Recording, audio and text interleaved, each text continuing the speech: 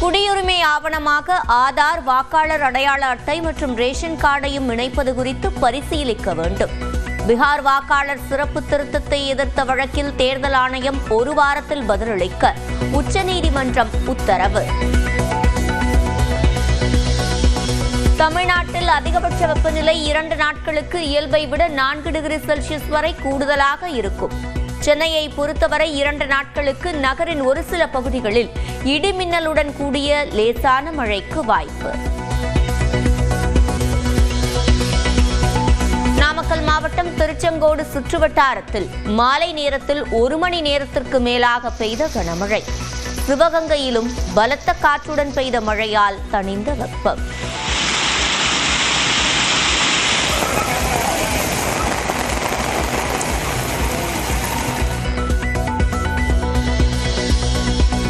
பாஜகவின் ஒரிஜினல் வாய்ஸில் எடப்பாடி பழனிசாமி பேசுவதாக முதலமைச்சர் மு.க.ஸ்டாலின் சாடல்.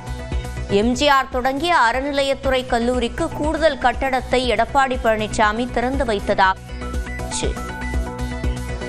இந்து சமய அறநிலையத்துறை சார்பில் பள்ளி கல்லூரி கட்டக்கூடாதான்.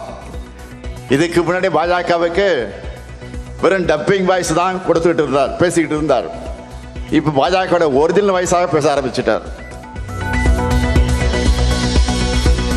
அறநிலையத்துறை நிதியிலிருந்து கல்லூரி அமைத்தால் மாணவர்களுக்கு வசதிகள் முழுமையாக கிடைக்காது. கோயில் நிதியில் கல்லூரி அமைக்கலாமா என்ற பேச்சுக்கு விமர்சனங்கள் எழுந்த நிலையில் எடப்பாடி பழனிசாமி பதில். ஒரே நேரத்தில் 9 கல்லூரி வச்சாங்க. நான் சொன்னேன், கல்லூரி என்பது அவசியம், அதுல எந்த மாற்று கருத்து கிடையாது. ஆனா அறநிலையத்துறையிலிருந்து நிதி எடுத்து கல்லூரி அமைச்சா மாணவர்களுக்கு தேவையான வசதி முழுவதும் கிடைக்காது.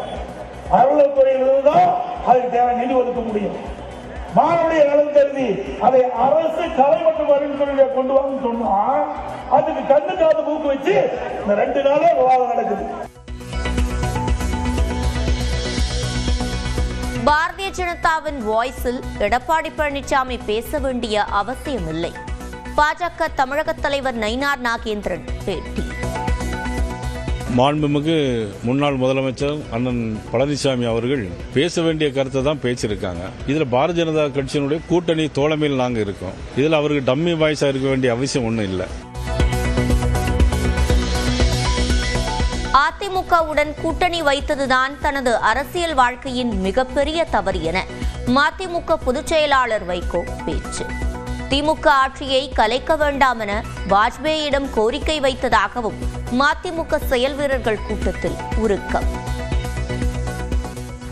அதிமுக போயஸ் தோட்டத்துக்கு சென்று உடன்பாடு வைத்தது அரசியல் வாழ்க்கையில் நான் செய்த மிகப்பெரிய தவறு. மதிமுகவிற்கு துரோகம் செய்தவர்களோடு உரையாடியவர் மல்லை சத்யா என வைகோ சாடல். வாரிசு அரசியலுக்காக தன்னை துரோகி என கூறும் அளவுக்கு வைகோ துணிந்து விட்டதாக மல்லை சத்யா விமர்சனம். தனது பேச்சை கேட்காத யாரும் தனது பெயரை பயன்படுத்தக்கூடாது என்று மகன் அன்புமணிக்கு பாமக நிறுவனர் ராமதாஸ் செக். தனது பெயரை இனிஷியலாக மட்டும் பயன்படுத்திக் கொள்ளலாம் என்றும் கும்பகோணம் பொதுக்குழு கூட்டத்தில் அறிவுரை. என் பேரை யாரும் போடக்கூடாது. இனிஷியல் வேணும்னா போட்டுக்கலாம், இனிஷியலாக போட்டுக்கலாம், ஆனால் என் பேரை போடக்கூடாது. மேய்ச்சல் நிலம் எங்கள் உரிமை என்ற தலைப்பில் சீமான் தலைமையில் நடந்த மாநாட்டுத் திடலில் அடைக்கப்பட்ட கால்நடைகள்.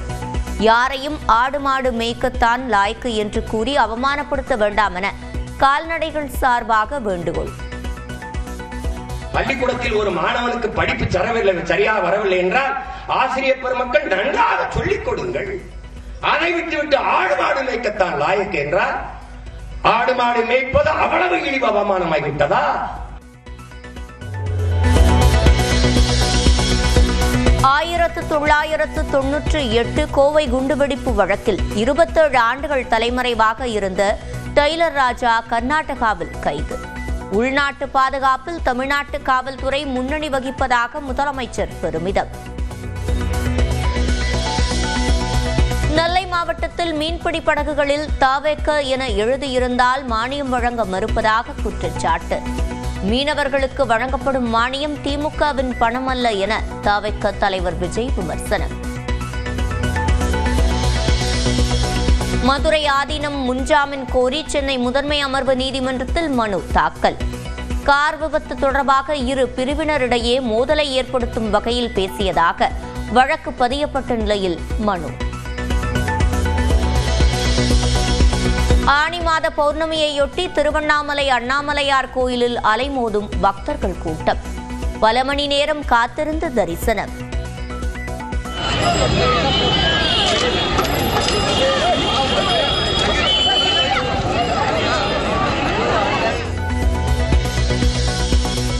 திருமலையில் குரு பௌர்ணமியையொட்டி கோலாகலம்.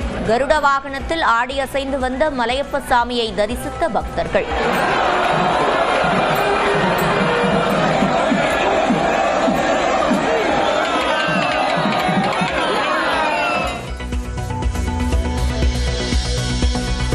இரும்பு, அலுமினியம் மீதான அமெரிக்காவின் கூடுதல் வரி விதிப்புக்கு பதிலடி தர இந்தியா முடிவு. அமெரிக்க பொருட்கள் மீது கூடுதல் வரி விதிக்கப்படும் என இருதரப்பு கூட்டத்தில் திட்டவட்டம். இந்தியாவின் சுபான்ஷு சுக்லா உள்ளிட்ட 4 பேரின் விண்வெளி பயணம் நீட்டிப்பு. விண்வெளி ஆய்வு மையத்தில் தங்களை பணிகளை முடித்துக் கொண்டு ஜூலை 14 பூமிக்கு திரும்பும் ஆக்சியம் 4 குழு. மூன்றாவது டெஸ்ட் போட்டியின் முதல் இன்னிங்ஸில் 4 விக்கெட் இழப்புக்கு 251 ரன்கள் சேர்த்து இங்கிலாந்து நிதான ஆட்டம். மூத்த வீரர் ஜோ ரூட் 99 ரன்கள் சேர்த்த நிலையில் முதல் நாள் ஆட்டம் முடிவு. குடியுரிமை விவகாரத்தில் தேர்தல் ஆணையம் தலையிடுவது ஏன் என்று சரமாரியாக கேள்வி எழுப்பியுள்ள உச்சநீதிமன்றம், பீகார் மாநிலத்தில் வாக்காளர் பட்டியல் சிறப்பு தீவிர திருத்தத்தில் ஆதார் மற்றும் ரேஷன் அட்டையை ஆவணமாக ஏற்றுக்கொள்ள வேண்டும் என்று தேர்தல் ஆணையத்திற்கு பரிந்துரைத்துள்ளது.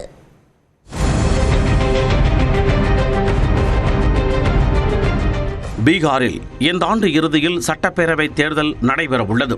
இதையொட்டி அம்மாநிலத்தில் சிறப்பு தீவிர வாக்காளர் பட்டியல் திருத்த பணிகளை தேர்தல் ஆணையம் தொடங்கியுள்ளது. 2003ஆம் ஆண்டுக்கு பிறகு வாக்காளர் பட்டியலில் சேர்க்கப்பட்டவர்கள் குடியுரிமையை நிரூபிக்க 11 ஆவணங்களை சமர்ப்பிக்க தேர்தல் ஆணையம் கூறியுள்ளது. இதனை எதிர்த்து பல்வேறு அரசியல் கட்சிகள் சார்பில் தொடரப்பட்ட மனுக்கள் உச்சநீதிமன்றத்தில் விசாரணைக்கு வந்தது. அப்போது பீகாரில் வாக்காளர் பட்டியல் சிறப்பு திருத்த நடவடிக்கையை தேர்தலுடன் இணைத்ததற்காக தேர்தல் ஆணையத்தை நீதிபதிகள் கடுமையாக விமர்சித்தனர். தேர்தலுக்கு குறுகிய காலத்திற்கு முன்பு இந்த நடவடிக்கையை எடுப்பதற்கான காரணம் என்ன என்று வினவிய நீதிபதிகள் 2003ஆம் ஆண்டுக்கு பின்னர் வாக்காளர் பட்டியலில் இடம் பெற்றவர்கள் தங்களது குடியுரிமையை நிரூபிப்பதற்கான 11 ஆவணங்களின் பட்டியல் ஆதார் அட்டையை இடம்பெறச் செய்யாதது ஏன் என்றும் கேள்வி எழுப்பினர். அதற்கு பதிலளித்த தேர்தல் ஆணைய வழக்கறிஞர், ஆதாரை குடியுரிமைக்கான சான்றாக பயன்படுத்த முடியாது என்றார். வாக்காளர் பட்டியல் சிறப்பு திருத்த முறை நாடு முழுவதும் மேற்கொள்ளப்பட இருப்பதாகவும் இதற்கும் தேர்தலுக்கும் தொடர்பு இல்லை என்றும் வாதிட்டார்.